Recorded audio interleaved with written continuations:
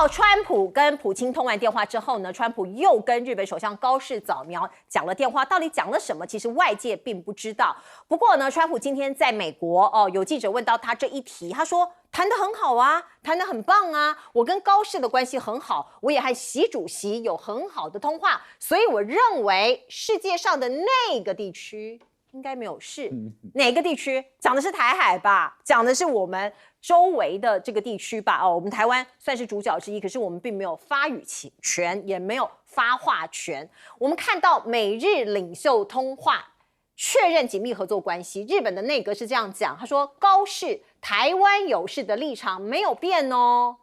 我们看到所有的媒体，包括日本，包括美国，大家都说高市早苗可能会抢先访美，协调对中政策，有可能吗？因为我们知道4月份的时候呢，川普会到北京去访问，那高市想要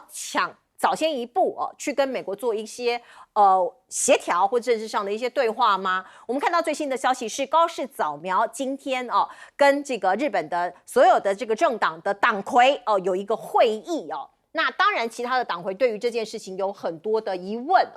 所以高市早苗讲说，日本没有立场认定台湾的法律地位他的说法是，日本没有认定台湾法律地位的立场，强调有责任透过对话跟中国大陆建立良好的关系。那跟台湾呢是维持一个非正式的一个交流这是高市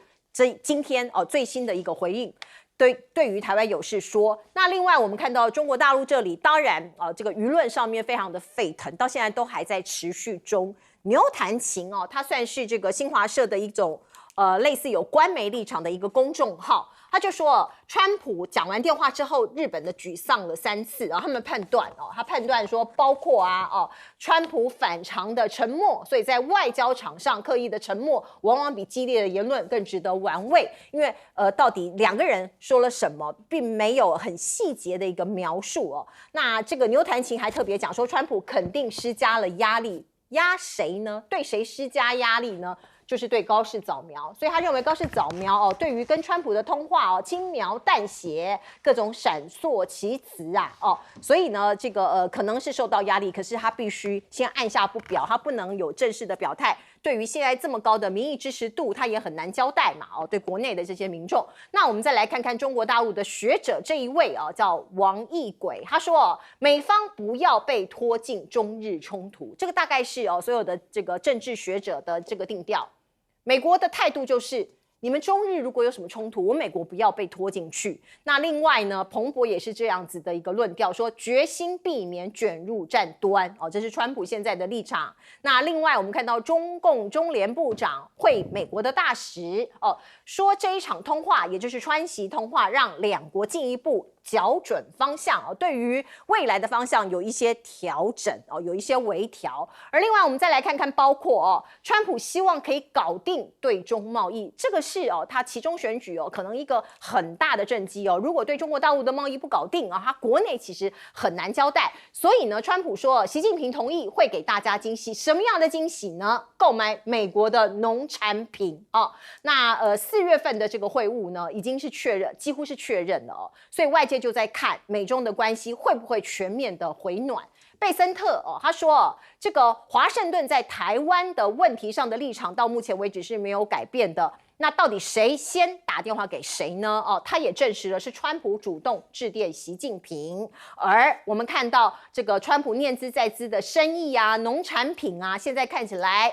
有咯，有苗头咯，3艘货轮奔赴码头，将装载美国的大豆跟高粱运往中国，所以算是对国内有交代了吗？来请教赖老师。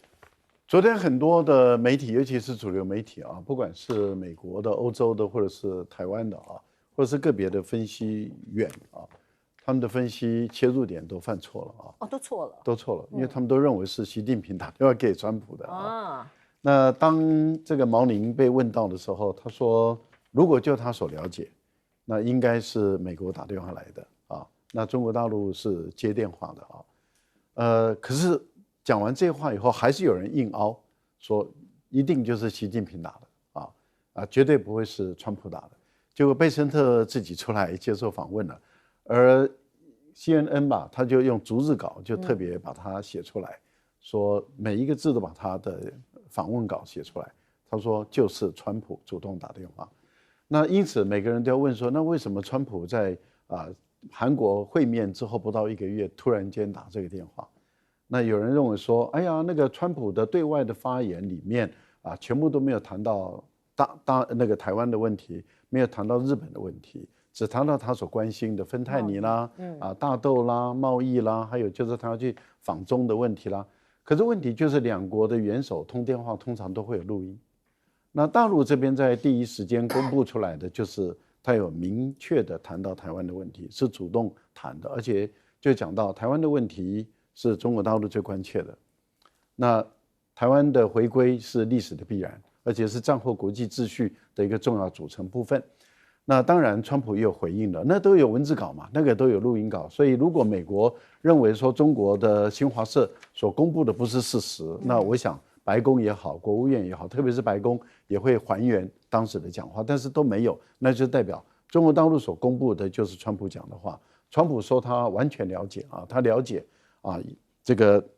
中国的立场跟中国对台湾的重视的一个程度。那现在开始又有人开始要从这个地方来做文章，其实我觉得这些都是多余的，这显示出他们的外行跟对于大陆跟美国还有日本的关系的不了解，而且犯了很严肃的错误。好，那现在我们就再来看一下，因为我们昨天的分析，我们就不认为这个是川普主动打，不，习近平主动打电话了，所以我反而是我们这个 T 台的这个判断基本上是比较准那反而是这个欧美的还有很多的判断不准。那大家问说，那为什么川普在这个时候主动打电话？我个人认为是这样子。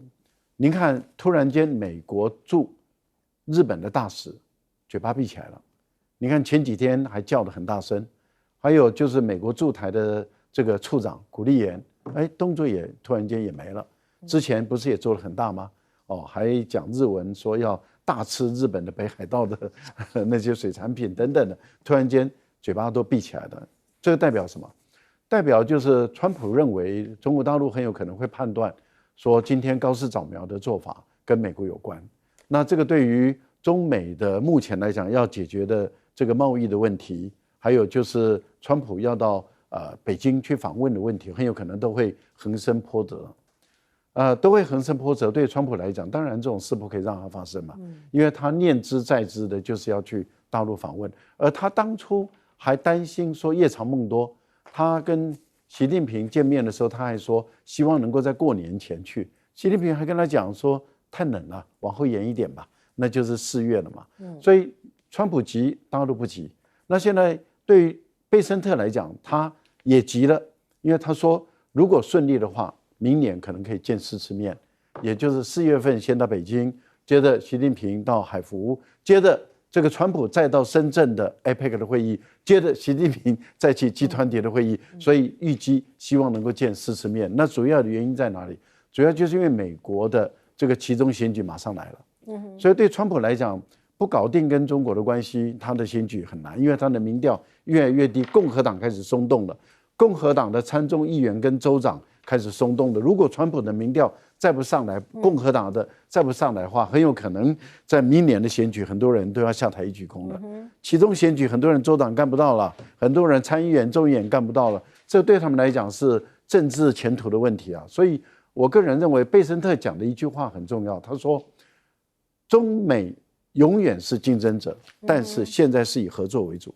所以原来是竞争摆在前，合作摆在后，现在是合作摆在前，竞争摆在后，还是会竞争，但是合作的空间扩大。这代表什么？代表就是川普出手了，要搞定这件事。我个人认为，你看到这个高市早苗已经一步一步在往后退了，现在是退第1小步了，接着我们来看他怎么退第2小步。那当然高市早苗不会因为这样而下台，而是逐步的已经在退却了。这是讲日本没有资格认定台湾的这个法律地位的立场，这句话其实难道不就已经是证明了他是战败国，台湾被交出来了，是不归他了。对，这个部分呢是刚刚高市早苗跟日本的国内的其他党派的党魁聚会讲出来的话，这是最新的消息。来请教彬哥。高市早苗，我想他退是很明显的退，可是你叫他收回这句话或是道歉也是不可能。对，因为以他现在的所处的立场，还有整个日本社会的名气，他不能这样做。那所以我觉得这也就是川普出手的原因，因为川普知道，如果放任中日继续这样下去的话，会越搞越糟，所以他必须要赶快去阻止这个事态向上延烧。那昨天一开始，本来你可以看到绿媒都讲说，啊，这新华社在胡说八道啊，是习近平有求于这个川普啊，在讲的跟真的一样。结果新华社昨天傍晚的时候讲说是川普主动，这致电习近平的时候，那时候很多人还不相信，所以新华社又在胡说了。那现在美方已经证实了，因为我一直讲嘛，如果是新华社单方面胡说的话，那美国会立刻打脸，会告诉你那根本就没这回事啊。那现在美方也证实了这件事情，所以谁在急，谁在担忧？显然是川普在担忧。川普不希望因为中日之间的这个问题直接影响到他跟中国大陆之间的谈判，因为日本毕竟是他的安保的这个条约的这样的一个同盟伙伴。如果日本真的被迫跟中国大陆进行了什么样的一个冲突的时候，美国也很难置身事外，因为他跟他有条约的限制。所以川普当然是先一步，就不要让这个情况发生了。那有没有效果？看起来是有效果，高市开始往后退。那实际上高市如果真的像民进党他们所讲的这样，甚至有人说这个川普打电话给高市就好像打电话给赖清德一样，那说这个高市跟川普根本没在鸟习近平的，显然不是这样。显然川普一打这个电话完之后他就说了，而且很重要的就是他不愿意去谈他跟川普之间谈了什么，他讲说啊，这外交上很多事情就不太方便就公开，所以这代表什么？一定是谈到台湾有事这个问题嘛。那显然川普在告诉他，你恐怕不能再把情况升高，你要开始降温了。那他也听从了川普的建议。可是这件事情是不是因为这样就可以解决呢？我想对中国大陆来讲，如果高市没有很明确的道歉、认错、收回的话，恐怕中国大陆要一下降温也不容易。我觉得这是没办法的事情，因为他也要给中国大陆民众一个交代，因为之前态势已经拉高了。对，所以你看，陆陆续续一些效应都出来。今天传出来说，连郑伊健的演唱会都取消了。哦，真的哦。对，他本来在东京要演唱会，现在取消。我觉得大概有一段时间，大概中日之间的交流会趋于停滞，是所有相关的这些东西大概都会暂停。那本来大家是认为说，因为这一次高市这个讲法，其实比2012年他当时日本野田直接把这个钓鱼台收归国有化，当时中国大陆跟日本就冲突蛮激烈。所以当时两国从2012年一直到2017，整整5年的时间，双方都是冰冻期。那现在高市开始往后退，那本来再来说这次事态是更升高了。那他往后退了之后，看是不是能够缓和一点。那对中国大陆这边来讲，他大概也需要一段时间才能够慢慢降温，而且在这段时间还必须要高市这边还有进一步的这个表态才行，不然的话。我们请大家注意，就是高市在他讲了台湾有事这个言论之后，他其实没过几天立刻召开了这个非核三原则的检讨会议，对，然后又就是派这个小泉健次郎去视察这个石垣岛的基地，和与那国岛的基地，这一些其实对中国大陆来讲都是一种挑衅的行为，所以恐怕高市接下来他要避免出现这样的行为，然后再用另外一个方向去跟中国大陆表达善意。这件事情大概才比较可能慢慢解决。对，这件事情还在发展中，不过可以很明确看到那个方向，在川普分别跟中国大陆以及日本打过电话之后，有很明显的一个转折点。来，我觉得川普主动打电话给习近平谈这个高市早苗的事情，大概我认为川普来讲一定看到2件事情。第一件事情当然是跟美国利益有关，所以我们有看到。这个川普来讲，他好不容易这个大豆可以这个继续卖给中国在经济上面，为了他明年农民的选票来讲的话，那他当然不能让这个，而且他这个中国稀土来讲也继续答应供给他，所以他认为在经贸上面他不愿意这个激怒中国大陆，然后把好不容易辛苦谈判得到了一个成果，就全部都一笔勾销。第二个，我认为川普一定是看到什么这个中日双方有可能因此而擦枪走火的危机那如果在这边中日双方擦枪走火，那美军也很难置身事外，所以我认为基于这个原因，所以说这个川普打了电话给高市早苗，然后硬要把他压下去。我们看今天就在今天这个日本来讲，各党派的党首的一个这种座谈会里面，高市早苗借这个机会，我觉得这个质询他的这个议员来讲，有一点做球给他让他来回答这个问题。那我认为说这次回答有2个重点，第一个重点，高市早苗讲的说认定台湾的日本没有立场去认定台湾的法律地位，这是依据旧金山合约的原则，这就很明显的表达说日本是绝对不可能承认台湾有独立的就是那在这种状况之下，我认为我们这个赖清德支流的人这几位先生是不是这个海鲜就白吃了？吃了半天以后，就日本人家首相讲这种话，他不会承认你台湾的法律地位。那第二个，我认为第2个重点是他还是继续讲，他当初他在国会里面讲台湾有事就会启动日本的这个存亡危机事态，是因为基于具体的事例来乘坐诚实的回答。高市早苗，我觉得讲这话的话，他很明显的这句话，他还是表达他的强硬的立场。但是这句话不是讲给中国听的这句话是讲给谁听的？讲给他们自己内部里面右翼的分子，因为他还是要表达他右翼强硬的态度。他如果说一下子全部退的话，他可能因此而这个失去这个首相的职务都非常有可能，很可能重新再改选首相，因为右翼包括维新会就不再支持他。所以我觉得他今天的答询里面，我们要分成2段来看。第一段是对这个中国大陆，他事实上是有退缩了他第一个讲台湾来讲，他不会去在法律上面他不会去干涉，那台湾也不会去承认台湾的独立。那另外甚至于他还讲说有责任，他身为一个首相有责任跟中国建立良好的对话关系，建立良好的全面关系，这很明显的是在跟中国这个示弱，是在跟中国退缩。可是他对于自己国内来讲，他也不能一口气退太快，所以他讲的是说，对于这句话，这个启动日本的存亡危机事态，是基于这个具体的事证来做诚实的回答。所以我们看得出来，这次来讲大国博弈外交，我们今天来看的话，不管是这个中美关系，或者是这个日美关系来讲的话，我觉得就川普立场来讲的话，中美关系还是要大于日美关系的，这是很明确，所以他才会在主动打电话给习近平之后，再打电话给高市早苗。那等一下到底说是双方会发生什么样兵凶战危，我在下一节有关石垣岛日本防相那节，我会跟各位观众来做一个报告。但是我们可以肯定一件事情，在川普的眼中，第一个经济来讲是最重要。第二个来讲，跟中国的关系是最重要。日本反而他真的把它当作小弟。那我们台湾要去思考现在来讲，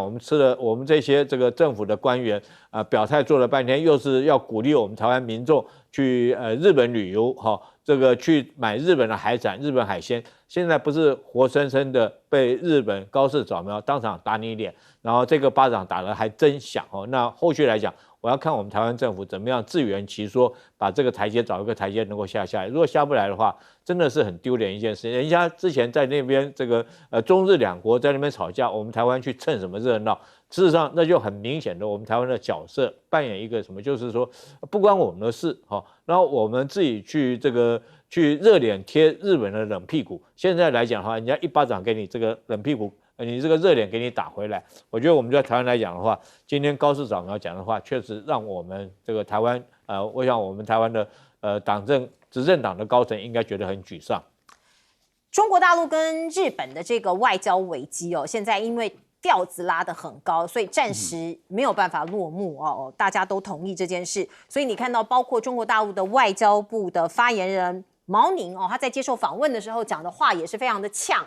他说，日本政府始终拒绝完整公开表述其所谓一贯立场的具体内容，事实上是刻意回避中方要求收回错误言论的严正立场，企图蒙混过关因为高市不愿意收回，所以毛宁在发言上面也非常的强硬，包括官方的新华社讲的话也是一样，包括他说日本已经在悬崖边警惕高市早苗复刻危险的历史剧本，以及人民日报口径一致说你日本只要恪守和平宪法才有立世之本。因为呢，其实在中国大陆以他们的立场来看日本可能要这个复辟这个军国主义像是他们对这个事情是非常的严正的这个防范。另外，我们来看看日本民众哦，一般民众的反应又是什么呢？哦，这个画面来，请导播让我们看看，有日本民众跑去抗议啊，哦，到日本首相官邸前面哦，再次去呼吁、去抗议哦，希望首相可以撤回涉台的这一些言论哦。那并且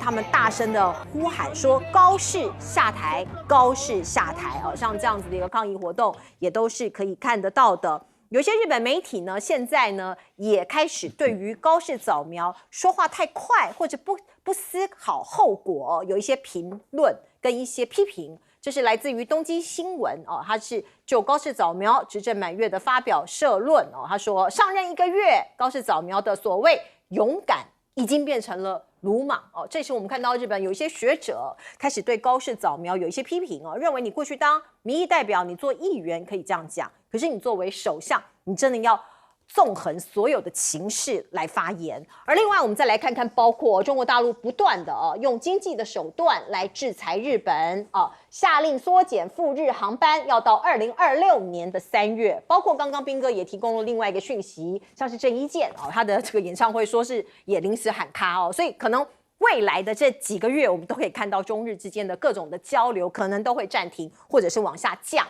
奈良的这些路可能很多观众朋友也都不陌生很多人去那边观光啊。据说这个地方的观光客有一半是中国旅客，所以一旦紧缩这些观光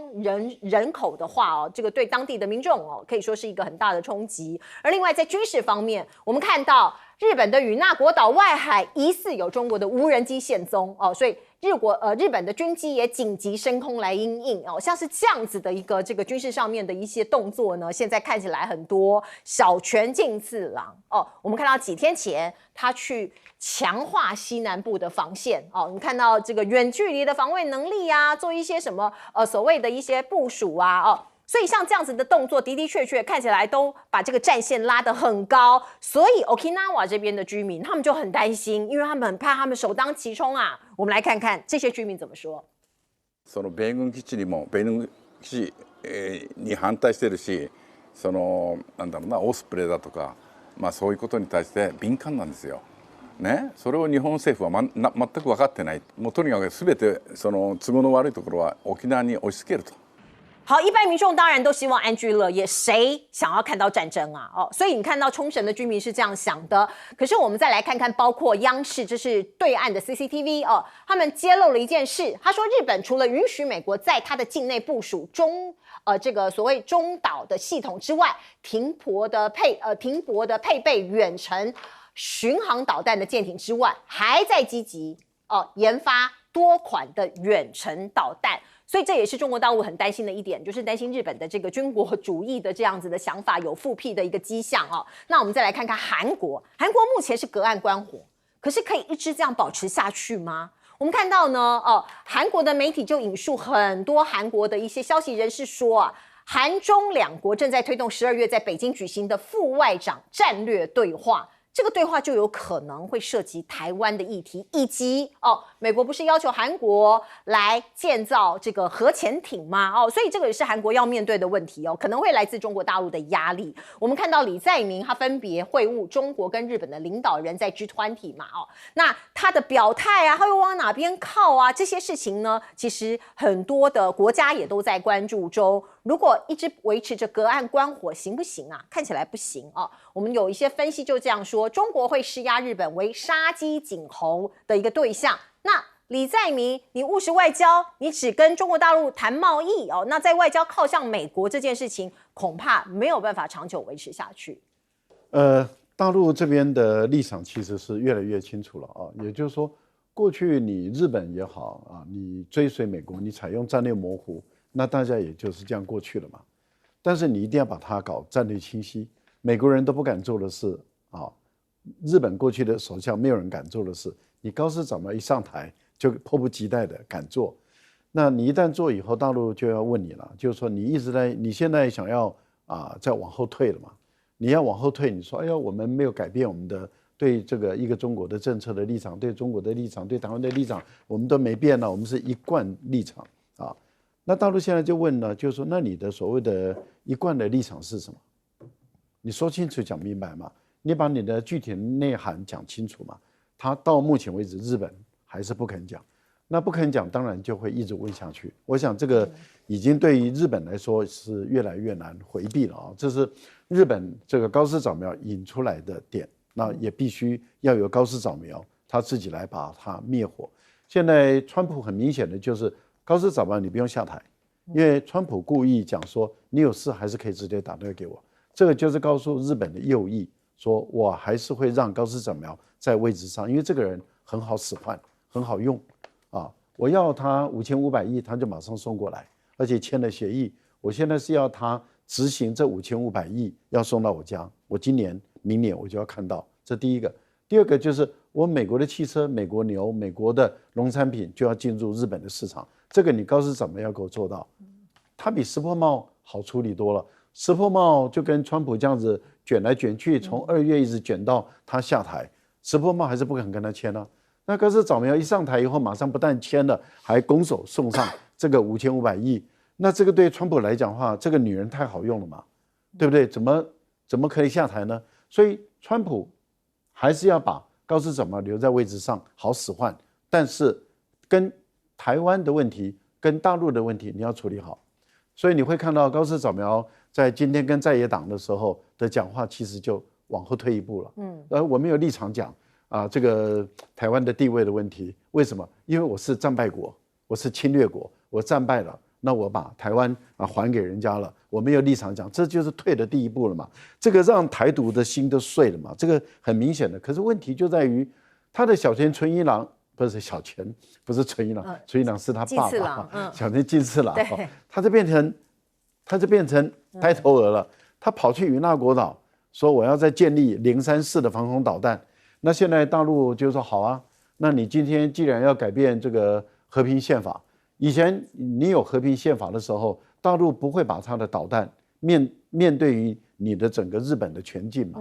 但是你今天要改变了，那对不起了。所以你就在我的全境的打击的范围内了。换言之，也就是说，当你修改了这个和平宪法，当你开始要介入台湾的事情了，那敌国条款在联合国宪章已经马上启动了。联合国宪章启动了以后，大陆对日本的动武不需要经过联合国安理会的批准跟讨论，它是直接可以动手了。那现在已经在黄海、渤海举行实弹的演习，黄海、渤海的位置角度。就是对于日本的从最南端到最北端的全境的军事覆盖的范围内，以大陆目前的导弹实力来说，这一点困难都没有，而且战场就在你日本的本土。这个当然对于日本的很多的民众来讲，他觉得莫名其妙，怎么一开始你一上来就要把我们搞成跟大陆的一个战火连天，然后为什么战争要在我的日本本土打？我们本来有和平宪法，没有人会打我们，现在开始都可以打我们了。那都可以打我们，那这样的话，我日本没有一个地方是安全的。我不管在东京，我不管在北海道，我不管在琉球群岛，我没有一个地方是安全的，因为都可以被打到。为什么？因为大陆现在已经不是150年前、185年前或是200年前了，不是嘛？大陆现在的整个作战能力跟它的整个防务经费，它连美国都压力大到不行，而这个小日本竟然还敢去挑衅。坦白说，小日本旁边的那个小日本，那个很喜欢头发留中分的那个人，那个人还要把我们的防卫预算增加到几百亿美元，我是觉得你增加到400亿美元，对大陆来讲的话，他1年的防卫预算随便就是2500亿，我都想不通这个脑袋到底长在哪里啊？拜托，是要长在脖子上啊！来请教将军。我要讲川普为什么昨天主动打电话给习近平，他真的已经看到了中日有可能因此而擦枪走火，爆发一场战争。为什么呢？因为我们刚刚讲的，不管是与那国岛或者日本西南诸岛，然后他们这个小泉跑去这个与那国岛，扬言要在这边部署这个反舰的或者是防空的导弹。那我在这边跟各位用一个图做说明，大家就知道这是为什么中国跳脚跳得这么严重。这个我等于说用这个兵棋推演，用一个想定的方式来跟大家说明，如果一旦解放军要武力对付台湾来讲的话，我们台湾会怎么做？我们按照我们的这种每次汉光演习所做的事情，第一个我们要做的是这个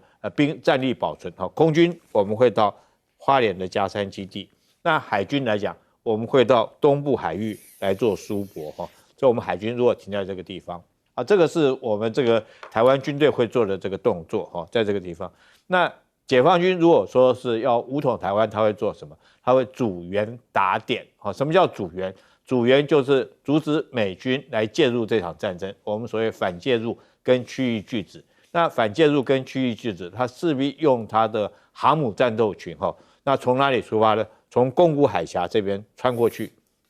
去做反介入跟区域的战争。那各位可以注意到，这个宫古海峡这边，这个上面这边南北两端距离我这边有标示出来300公里。那它的124反舰导弹的射程是200公里。那在这种状况下，如果说是在南北两端都部署了这种124的这种反舰导弹来讲的话，它海空的这种导弹可以封锁到这个解放军的舰队进出这个西太平洋。那这个是阻援的部队，那解放军打点的部队会到哪里呢？打点的部队，我认为举例来讲，他假如说是用他最新款的076两栖攻击舰的战斗群来讲的话，然后他会到哪里来打点？那当然，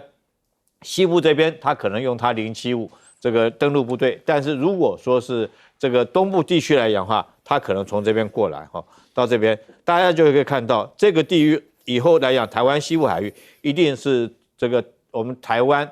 跟这个解放军交战的一个区域。在这种状况下，如果日本在与那国岛这个地方部署的反舰或者是防空导弹的话，就很容易协助台湾来作战。这就是为什么这个大陆来讲会这么跳脚的关系。你到这边来部署的反舰3-4反舰导弹，还有3-4的防空导弹跟1-24的反舰导弹，那确实会对解放军造成很大的这种威胁程度。我举一个例子，试想一下，现在美军如果福特号在这个加勒比海中间有一个岛，上面部署了俄罗斯的导弹或者是飞弹来讲的话，你想想看，福特号会不会先把它干掉？所以解放军一定先把这个地方干掉。是这个日本跟中国大陆的这个武力蛮悬殊的啦。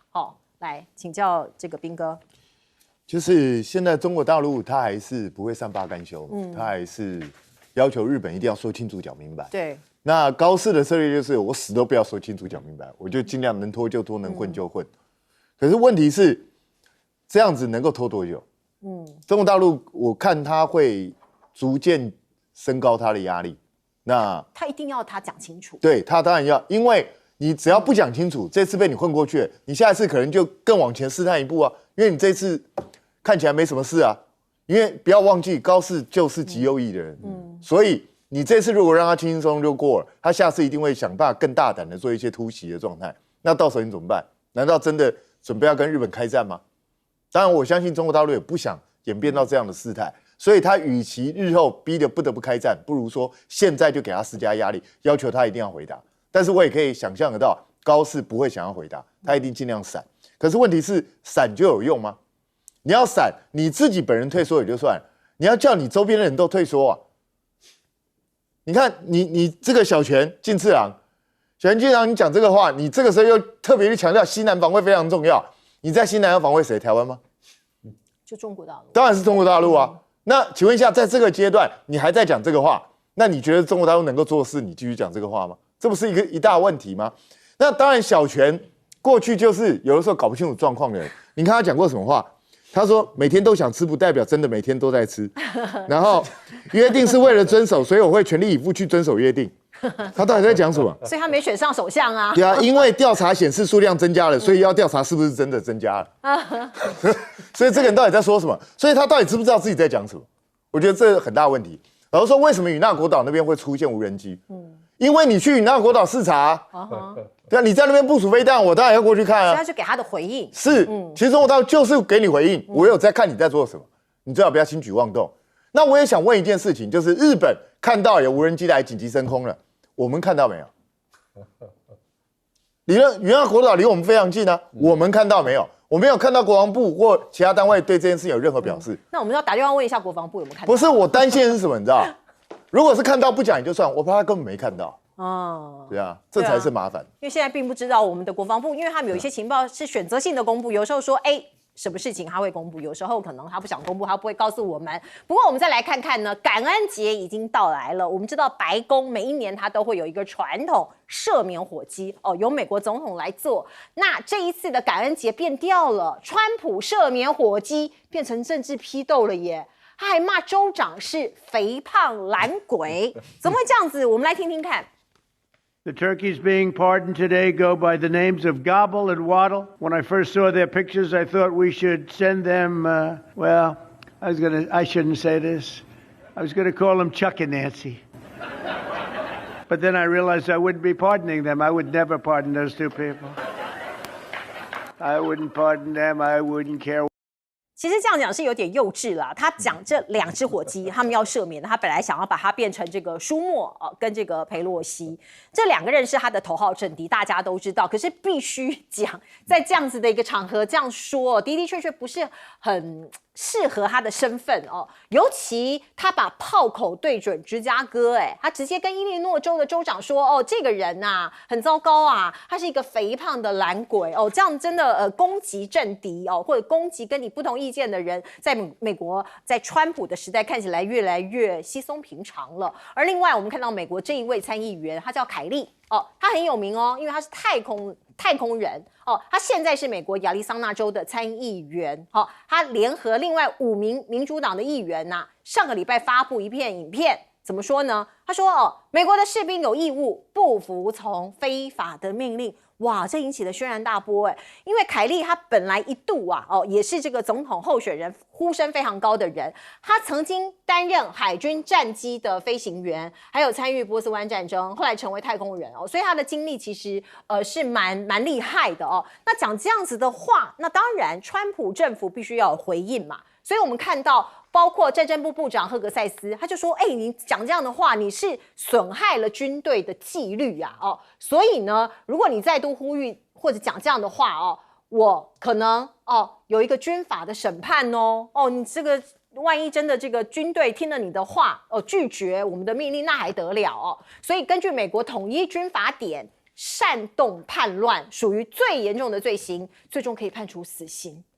那我们再来看看美国国内，当然很多纷扰，意见非常的分裂。那对外呢？包括泽伦斯基这件事情，他到底要不要接受就是28点的丧权辱国的和平协议呢？我们看到川普的说法是说，最后通牒就是在感恩节嘛。那俄乌协议现在有2个难关，这是根据媒体的报道说哪2个难关嘞？第一个，有一些领土其实俄军没有占领，有一些小块的，可是川普暗示这些地方也要给俄罗斯拿走。另外一个就是北约的资格因为这场战争大家还记得吗？为什么会打起来？就是乌克兰想要加入北约嘛。那现在呢这个28点里头有一个限制他这个以后永远不能加入北约，而且要写入乌克兰的宪法。这件事情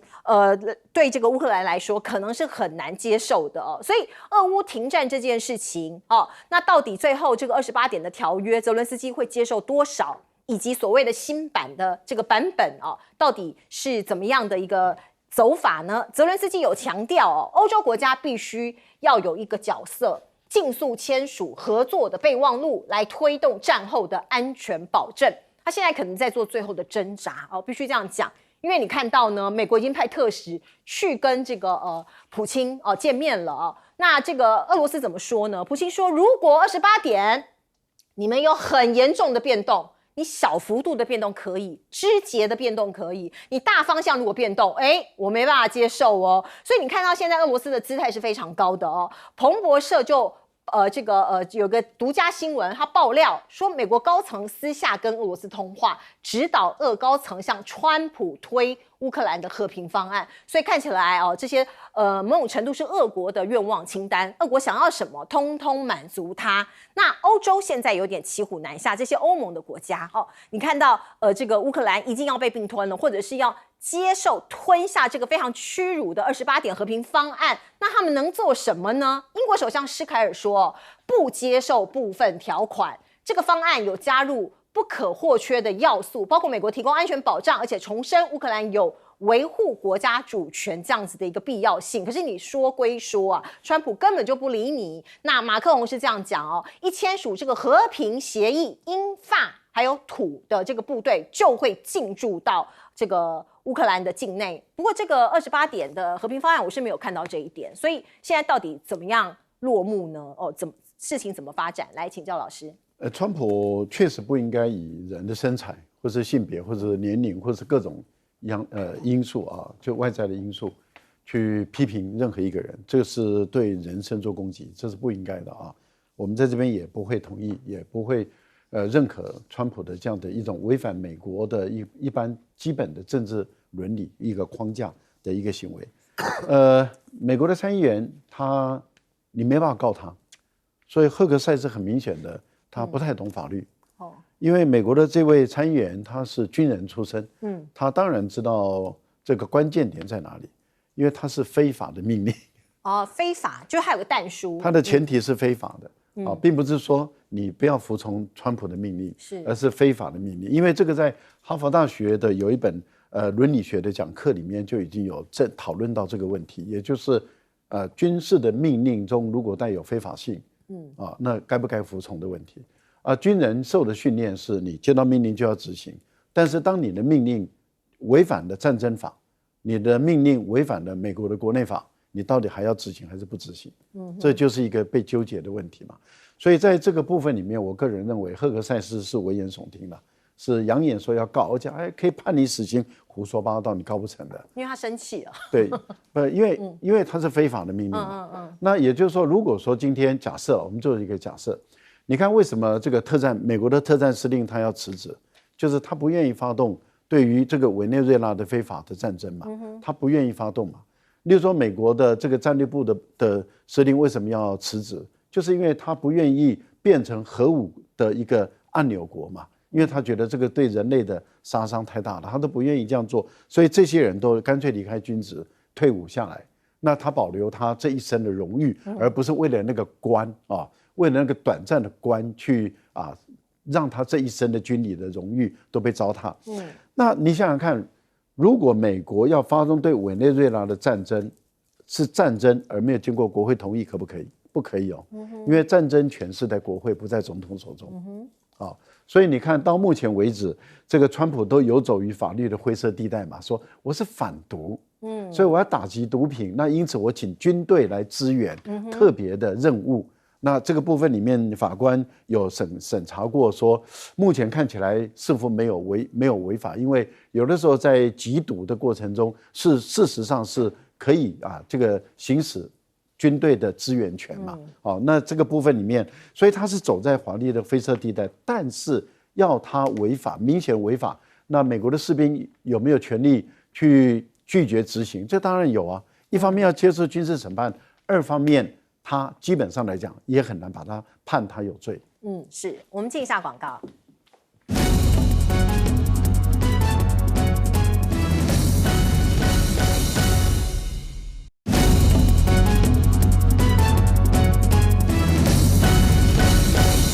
好，我们来请教将军，你怎么看美国的这个国会议员要求军人抗命是非法的命令？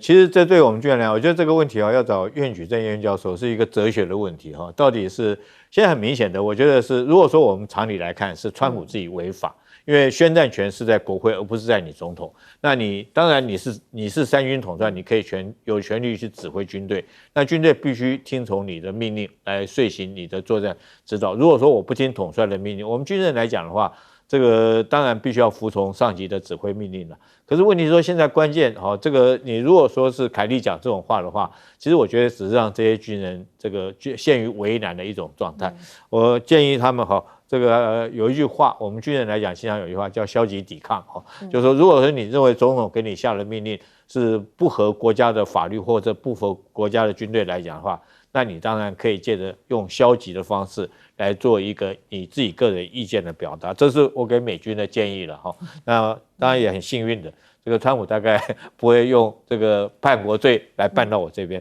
但是我觉得泽伦斯基这次俄乌战争打了将近快4年了那最近来讲的话，有没有可能停战？我觉得可能性是很高但是很明显的，这个不管是欧洲国家或者是泽伦斯基来讲的话，都被排除在谈判桌之外，这是何等悲哀的事情。由美国自己私底下跟俄罗斯达成28点的协议，当然你泽伦斯基现在会叫，北约现在会叫，可是你们有什么能力去叫？我记得泽伦斯基讲了一句话哈，当这28点公布之后，他说我们现在乌克兰面临一个很艰难的选择，我们要选择失去尊严，还是要选择失去一个盟友哈？这个失去盟友就是说我不听美国的，那失去尊严就是我听美国的哈，所以面临很艰。但是我这边要跟这个泽伦斯基讲一句话，尊严是建立在剑锋之上。如果说你没有这种剑锋，你没有这个实力的话，你根本就没有任何尊严可言。那现在来讲，虽然说他们将28条改成19条，但是这是欧版的19条，那俄版的是28条。各位可以，我们现在可以这个，我想说这个结果我们应该可以看得出来哈。就普京来讲，现在打得顺风顺水。你如果不接受，他可能继续加大攻势。那川普来讲也看清楚这种局势，他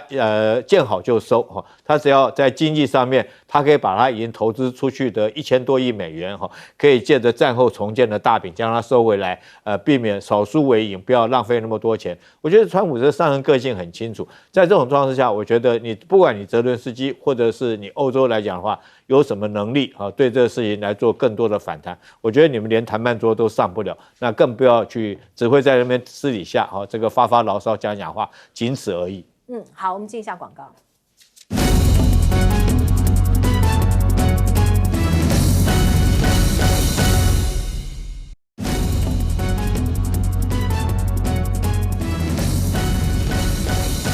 好，我们最后时间交给彬哥。